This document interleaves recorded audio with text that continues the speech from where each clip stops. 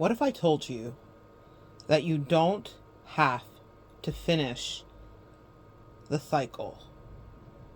What if I told you that you are not responsible for finishing the cycle that you're in?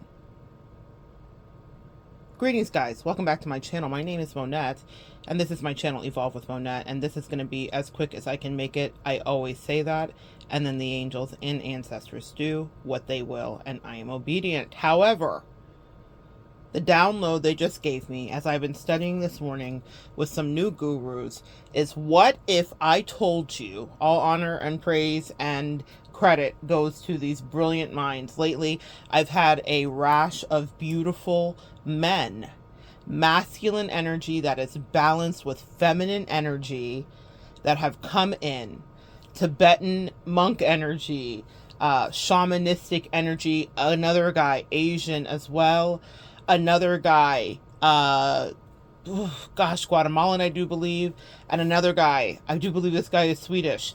I have been studying with these people, parasocially, of course, and reading and taking in their works. They have been sent to me and dispatched.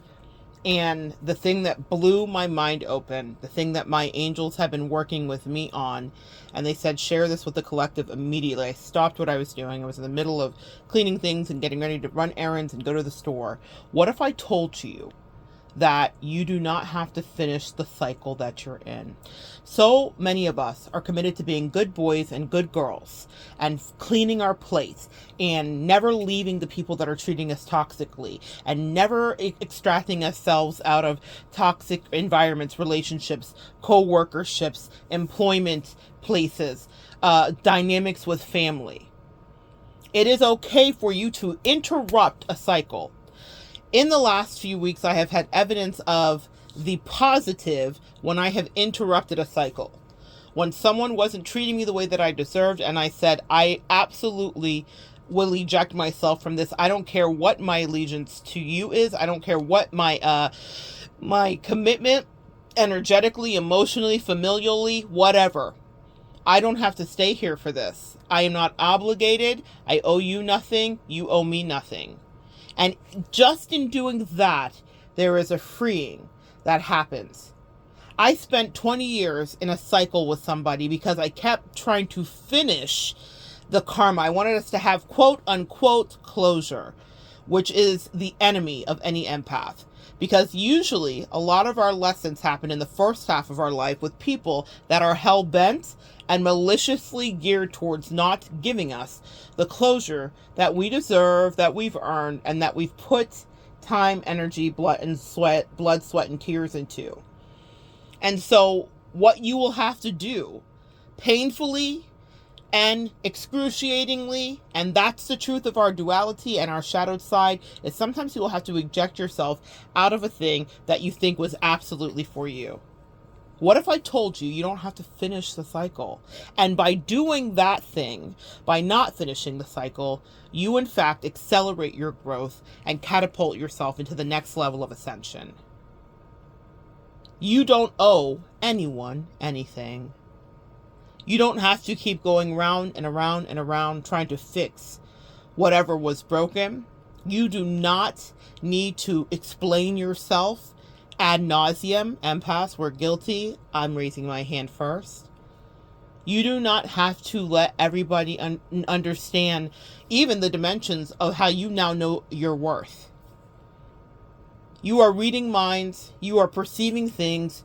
You are having moments happen, and they are happening at a rapid pace as you accelerate and do your real growth. I'm so proud of the collective. I'm so proud of my clients. I'm so proud of my friends that I get to connect with again and again, who are committed to that part that is uncomfortable. Because when you get out of ending cycles that you do not have to stay in, you get into the magic and get out of the mayhem. Come on, preach, angels. You get out of the mayhem and you get into the magic. I'm going to use one of my clients as an example, as I have it here in my brain, and they just gave it to me. So shout out to you, my California client. She just did something that was magical. She's inhabiting her destiny, but it started because she decided that she didn't have to finish the cycle. And in her case, the cycle would be staying in a marriage infinitesimally with someone who was narcissistic. Because she said till death do us part, because she was married and waited till she was later in life to get married and she didn't want to do it again. Because that person promised to be both her lover and friend, but he lied. He lied a million lies. He betrayed a million betrayals. He gaslit a million gas lamps and lights. And before she extracted herself, she knew that it was going to be painful. And even in the extraction, it was painful. But here, we won't focus on that. That happens. Dark nights of the soul exist. Hermit mode's a thing. If you are here, you've been through it. Welcome, kindred spirit. But for this client now, she's inhabiting the sparkly magic. And not the flashing, transient, distracting, glittering magic. See, I describe distractions as glitter. Well, I love glitter. That's how my angels downloaded it to me. We are source energy. We are radiant beings. We are inhabitants of the source, the sun. We exude light. Glitter is nice, but it can distract you. And narcissists are really good for glitter, or any kind of distractions come in your life. That's what I call glitter. I love it, and it's good in portions, but we rather be connected to the source. Well, here's what happened. She started accessing her Akashic records. She started doing her work in journaling. She started recording her dreams. She paid attention to everything, right down to the minutia of the colors that were being worn by the people in her dreams, or the ethnicities of the guides, ancestors, and angels that were coming to her in her dreams. And she started to put the pieces together. See, the spirit realm is a language that we all learn to speak after we have been through absolute defeat. We have no choice when it's just us on our knees, by ourselves, in our homes, alone, when everything that we thought we had grown crumbles and falls before us. We have only one thing, one source, one energy to trust, and it is above us. Whatever you believe, that's between you and them. I know what it is for me. What I'm going to tell you is, when you get past that part is when you get into the most magical realm of beliefs. My client sent me a picture a couple days ago of her standing next to two horses. Subsequently, she booked a reading with me and we started to dissect what it meant. I told her about how horses are powerful carriages for shamans, specifically. She told me about her experience and about being at a club singing karaoke, and there happens to be horses outside. Now, this is what I mean by things happen magically when you end a cycle that you are no longer supposed to be in. If you're a tarot reader, there is a card, and it's called the Chariot. And on that card, there are two horses, and usually they are of different colors. One is black or white or brown and white. And in this case, on that night, for my client, the tarot card came to life. One white horse, which I associate with whimsy, fairy tales, childlike energy, and one brown horse. And she said she touched both of them, and she sent me a picture next to both of them. And she said the one that was brown was warmer. She felt it. That's the magic of spirit when we start to speak multiple languages. When you are doing your work, it can't be a second guess. See, I'm here as a guide. I'm here as a teacher, just as these beautiful masculine and balanced feminine energies have come into me as my gurus and teachers, helping me to elevate and helping me to see a new way to be. I'm here to help some of you too. But you have to do your work diligently. And one of the reasons that I so value this client is because she's been a Gold Star student. I'm a teacher, past life, this life, actually, metaphysically, metaphorically, and with credentialized hours and all that. I know when I have a good student on my hands, and she was always a good student, but this is where it goes beyond what I can teach and convey. This is when spirit comes in and says, let's play. I'm so proud of her. But beyond being proud of her, I am so inspired to watch as I learn new things, as she now brings me this new evidence and shows that this is a new way that she's learning to be. She touched both horses. The brown one was warmer, and I associate the brown one with being one that's out in the field, maybe one working, truly one that's carrying her and one that connected with her energy. But it was also about her getting downloaded new, rippling, powerful energy. It's time to move forward. She's been in a dark night of the soul, and sometimes we will wallow there longer than we're supposed to. But we always get they want me to say it, a year's heads up when it's time to move into the next thing that we're called to do. And these chariots that literally appeared before her in the most inconspicuous place, like why would two horses be outside of a karaoke club at nighttime? That's life, because the angels work magic and the ancestors oversee. And because she dug into the Akashic records and said, I'll pull out and do the hard part of my destiny. I will end the cycle and I'll set myself free, even if no one in my life thinks it should be. I do this, and I do this for me, and I do it unapologetically. And now she just was presented with real life totems, a real life tarot card come to life to tell her, we're taking you to the next place. Now, here's the thing to know about the Chariot for those of you that want to move forward too and want to use this energy for you, because you can. The thing that's powerful about the Chariot is the jockey that's at the top is representative of you, the querent, the person asking the question when getting the reading. And the thing that is most poignant to me is that with a flick of the wrist, you control these two beasts of burden. You control these two massive, powerful animals, and you can get them to go left or right or stop or whinny or neigh. You can do so much, but the power's in your hands, and it's always been that way.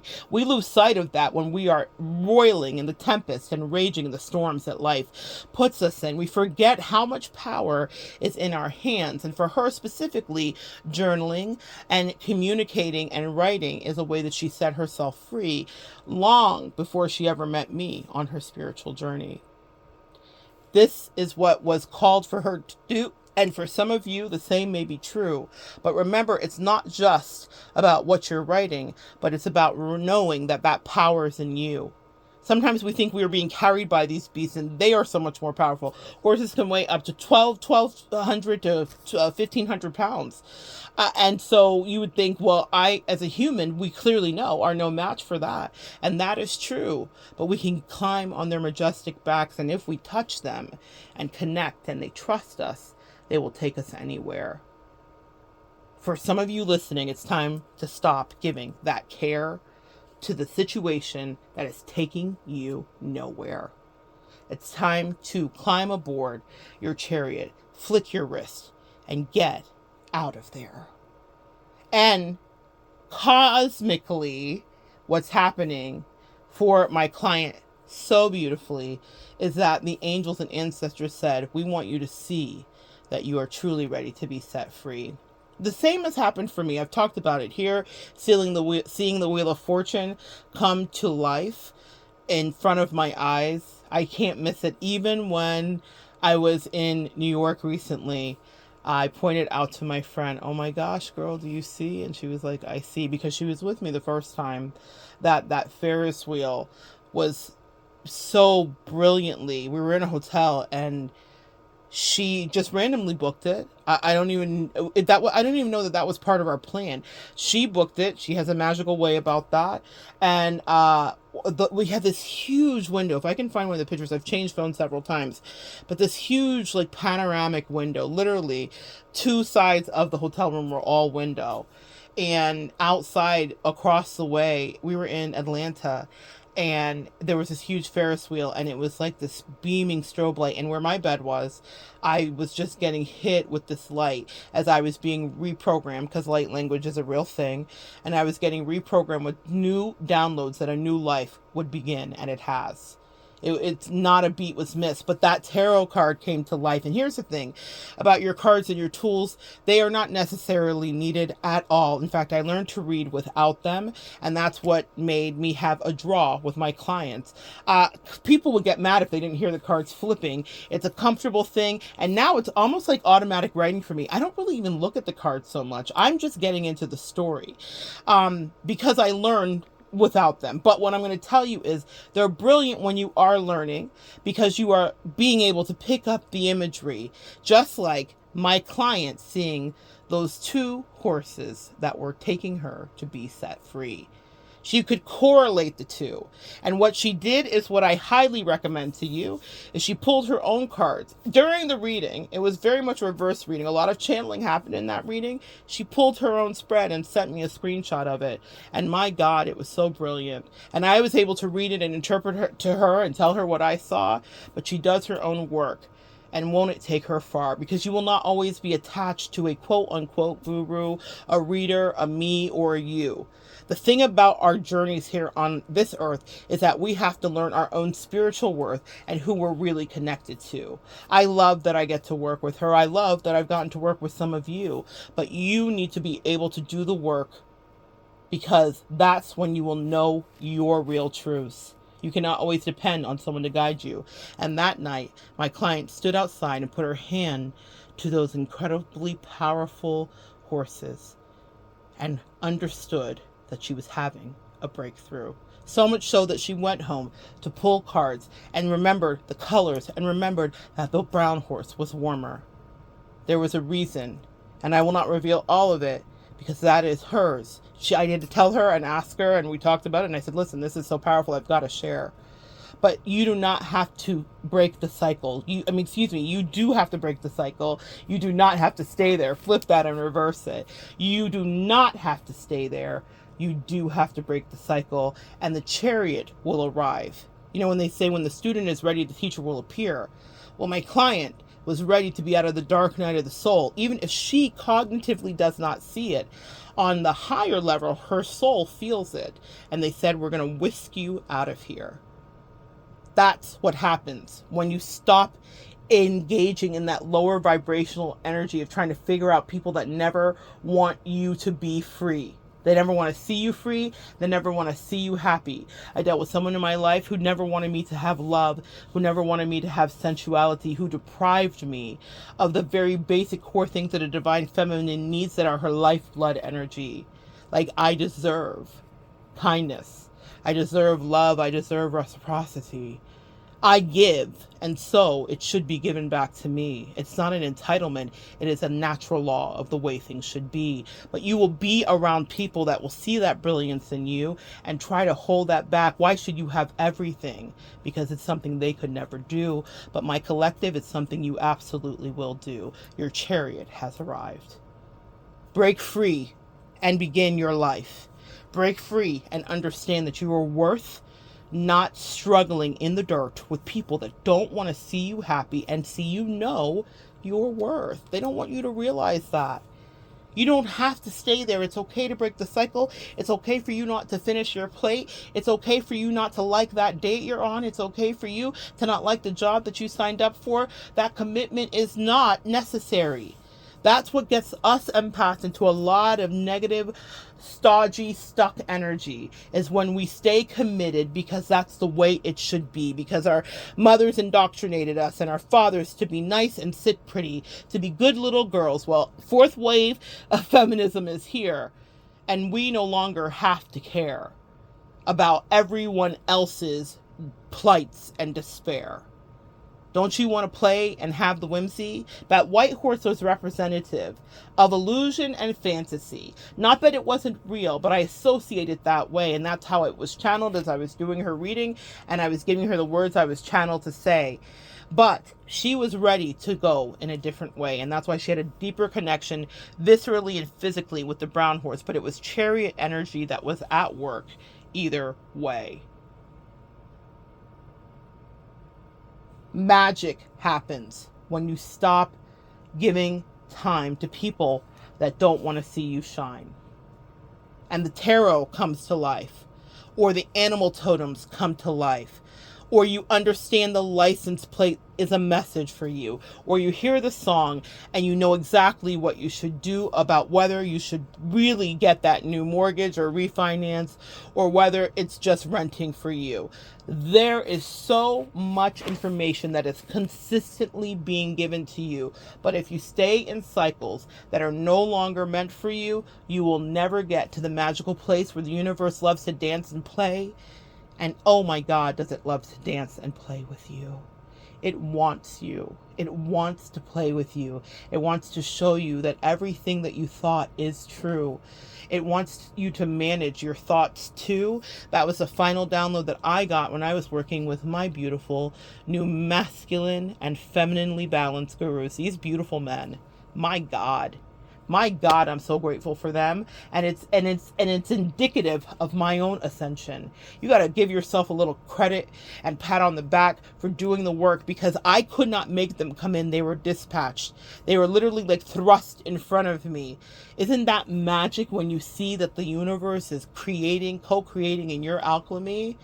And they said, you're ready for these people. You're ready to hear something new. You're ready to have validation on what was and isn't and is true.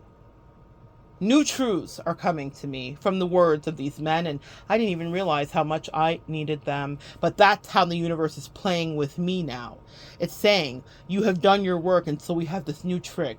Very much Usher. Watch this. Watch this.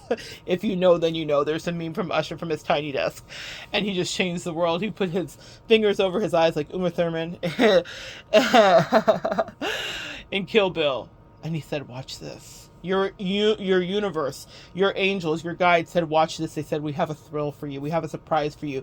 We have magic and dancing and light for you. We have source energy for you. And maybe a little glitter too, but not enough to distract you, enough to entice you to find the source, to know your worth, and to end cycles that are sucking you dry. To end cycles with people that enjoy seeing you cry, to end cycles with masochists and narcissists and toxic people, if they're family, if they're friends, if they're lovers, if they're co-workers, no matter the moniker.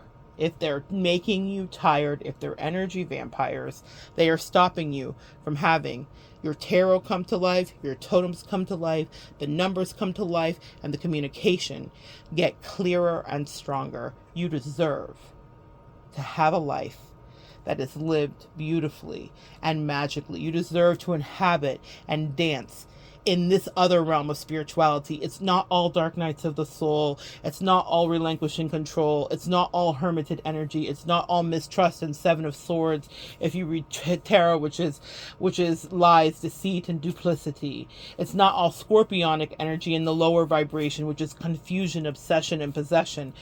There is elevation, and you get the other side of scorpionic energy, which is transmutation. Come on, transmutation. See, my angels worked with me, and they said, you've paid attention to the other side. But now I'm hearing that song. Who is it I'm channeling? His name is Shit. Break on through to the other side. That part. It's time to go on a ride. I swear to you, my sweet collective, your chariots have arrived. Thank you for sharing some energy with me. Come back and join me next time, and we'll continue to evolve together.